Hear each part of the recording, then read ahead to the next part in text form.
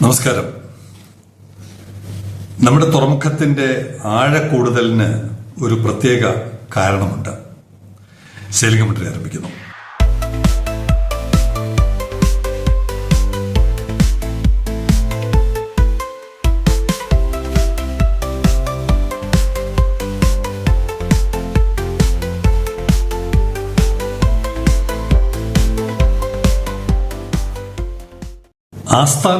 ആശാനായ ഒച്ച് ഒരല്പം വേഗതയിൽ നടന്നു തുടങ്ങി, അല്ലെങ്കിൽ ഇഴഞ്ഞു തുടങ്ങി എന്ന് പറയാം.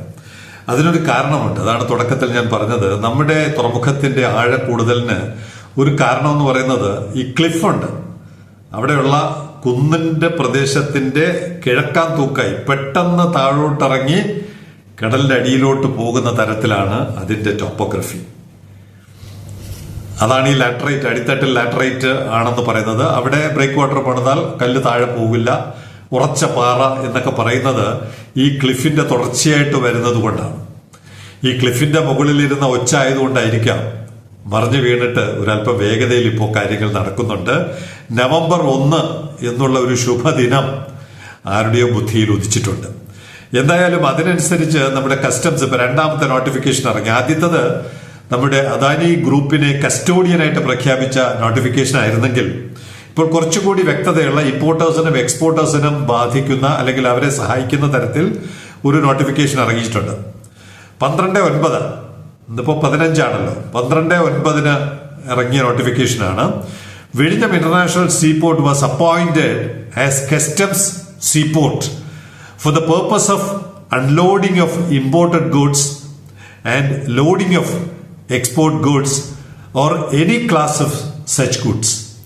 ഇതിപ്പോ ഡയറക്റ്റ് ആയിട്ട് നമ്മുടെ എക്സിം കമ്മ്യൂണിറ്റി, ഇറക്കുമതി ചെയ്യുന്നവരെ കയറ്റുമതി ചെയ്യുന്നവർക്കും ബാധകമാകുന്ന തരത്തിലുള്ള നോട്ടിഫിക്കേഷനാണ് ഇപ്പോൾ ഇറങ്ങിയിരിക്കുന്നത്. അപ്രൂവ്ഡ് പ്ലേസ് ഫോർ, ഇത് ഇറങ്ങുന്ന സാധനവും കയറുന്ന സാധനവും എവിടെയാണ്, സ്ഥലം എവിടെയാണ്. Approved place for unloading of imported goods and loading of export goods and specified the limits of the customs area of the Vizhinjam International Seaport. അവരുടെ കസ്റ്റംസ് ഏരിയ അവർ മാർക്ക് ചെയ്തിരിക്കുന്ന സ്ഥലങ്ങൾ ഏതൊക്കെയാണ് എന്നുള്ളതാണ്. ഇതിന്റെ മുകളിൽ കുറച്ച് സാങ്കേതികമായ കാര്യങ്ങളുണ്ട്.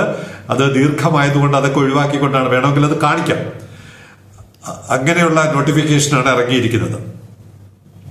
The approval for authorisation of SBI, State Bank of India, പൊതുജനങ്ങൾ ഇടപെടേണ്ടി വരുന്ന ബാങ്ക് സ്റ്റേറ്റ് ബാങ്ക് ഓഫ് ഇന്ത്യയാണ്. The approval for authorisation of State Bank of India വിഴിഞ്ഞം branch for collection of customs duty. നികുതി അടയ്ക്കേണ്ടത് SBIയുടെ വിഴിഞ്ഞം ബ്രാഞ്ചിലാണ്.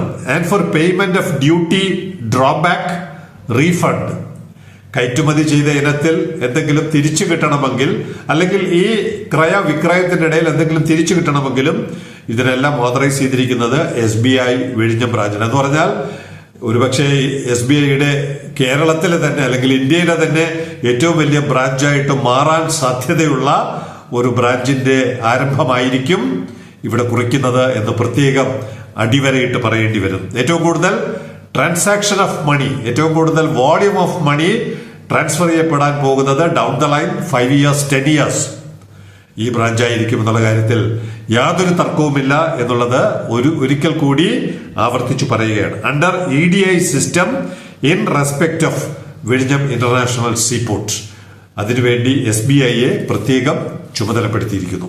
ഇനി ഇത് സംബന്ധിച്ച് എന്തെങ്കിലും ക്ലാരിഫിക്കേഷൻ, സഹായം ഒക്കെ ആവശ്യമുണ്ടെങ്കിൽ ട്രിവാൻഡ്രത്ത് തന്നെ അതിന് ബന്ധപ്പെട്ട ഉദ്യോഗസ്ഥരുണ്ട്. അവരെ കുറിച്ചുള്ള വിവരങ്ങളാണ്. The Assistant Deputy Commissioner of Customs may be approached by the importers or exporters or their customs brokers for redressal of any problems faced at any stage of the import or export clearances. ഈ ഇടപാടിനിടയ്ക്ക്, ക്രയവിക്രയത്തിനിടയ്ക്ക് എന്തെങ്കിലും ബുദ്ധിമുട്ടുകൾ, പ്രയാസങ്ങൾ, clarifications ആവശ്യമുണ്ടെങ്കിൽ the assistant or deputy commissioner of customs, ഇതിനെക്കുറിച്ചും ഒരു ഉപകഥ പറയുവാനുണ്ട്. അതിൽ പിന്നൊരവസരത്തിൽ ഞാനത് വ്യക്തമാക്കാം.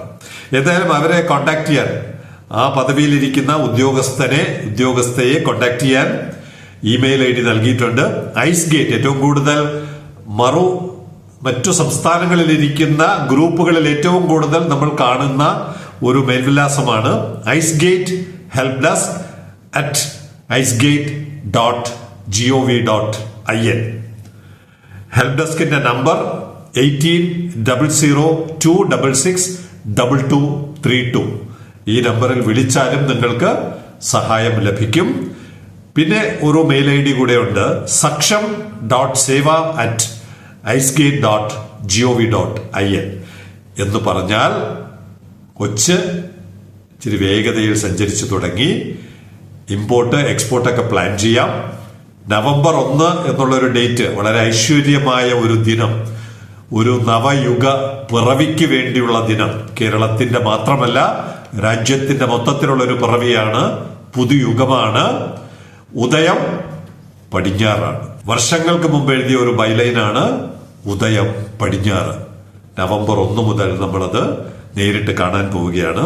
എന്തായാലും ഈ പറഞ്ഞ ഇമെയിൽ IDയിലും ഹെൽപ് ഡെസ്കിലും ബന്ധപ്പെട്ടുകൊണ്ട് ഇപ്പോൾ തന്നെ എക്സ്പോർട്ടേഴ്സിനും ഇമ്പോർട്ടേഴ്സിനും ഇതുമായി ബന്ധപ്പെട്ട കാര്യങ്ങൾ ഇപ്പോൾ തന്നെ നീക്കാവുന്നതാണ്.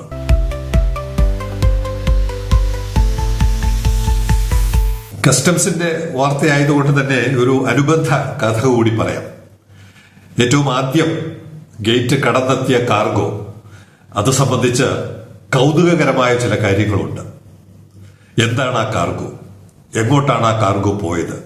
ആരാണ് കാർഗോ ഇറക്കുമതി ചെയ്തത്? ഏത് രാജ്യത്തിനു വേണ്ടിയായിരുന്നു?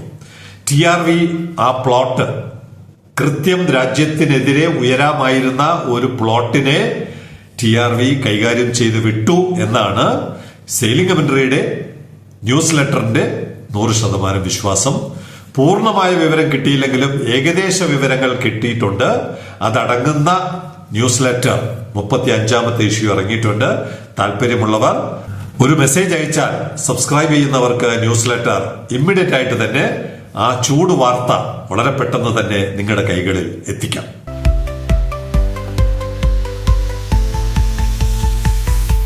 ഒച്ചാണ് ആസ്ഥാന ചിഹ്നം എന്നുള്ളത് നമുക്ക് പൂർണ്ണമായും മാറ്റാൻ പറ്റില്ല. അഖിതേദ എന്ന് പറയുന്ന കപ്പൽ അറസ്റ്റിലായിട്ട് ഇന്ന് അറസ്റ്റിലായിട്ട് 60-70 ദിവസമായെന്ന് തോന്നുന്നു. കപ്പൽ ബർത്ത് ചെയ്തിട്ട് 6 ദിവസമായി. മിക്കവാറും എൽസ 3യുടെ ഒരു അവസ്ഥ കേരള ഗവൺമെന്റ് സൃഷ്ടിക്കും എന്നാണ് തോന്നുന്നത്.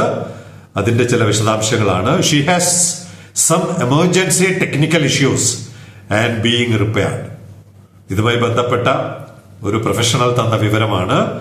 കപ്പൽ ഇങ്ങനെ പുറംകടലിൽ കിടന്നാൽ എൽസ 3യുടെ ഭാവി അഖിതേദയ്ക്കും സംഭവിച്ചേക്കാം.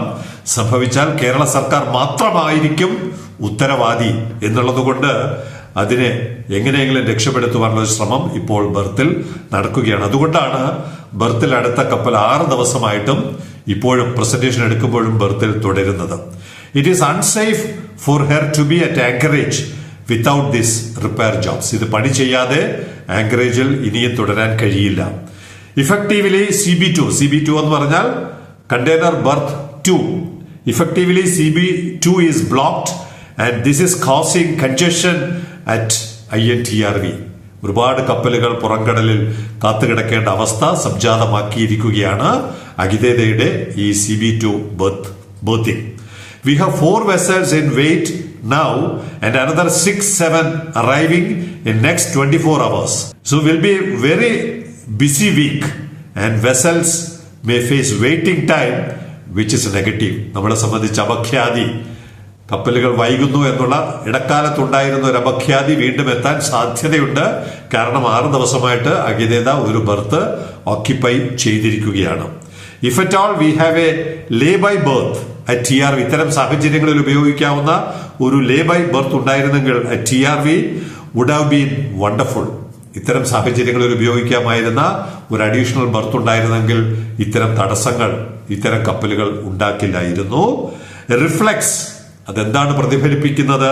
Reflex insufficient foresight from our think tanks. അടിയുള്ള സിമ്പൽ. നമ്മുടെ ഡിസൈൻ ചെയ്ത ആശാന്മാരുടെ ദീർഘവീക്ഷണത്തിന്റെ ഫലമായിട്ടാണ് ഒരു റിപ്പയറിന് വേണ്ടി വിലപിടിപ്പുള്ള ബർത്ത് 800 മീറ്ററിൽ ഏകദേശം പകുതിയോളം അഗതിത ഓക്യുപ്പൈ ചെയ്തിരിക്കുന്നത്. നമ്മുടെ വിദഗ്ധരായ മസ്തിഷ്കങ്ങൾ, കേരളം ഭരിച്ച, വിസിൽ ഭരിച്ച, പോർട്ട് വകുപ്പ് കൈകാര്യം ചെയ്ത അപാരമായ തലകളെ ഈ അവസരത്തിൽ നന്ദിയോടെ സ്മരിക്കുകയാണ്.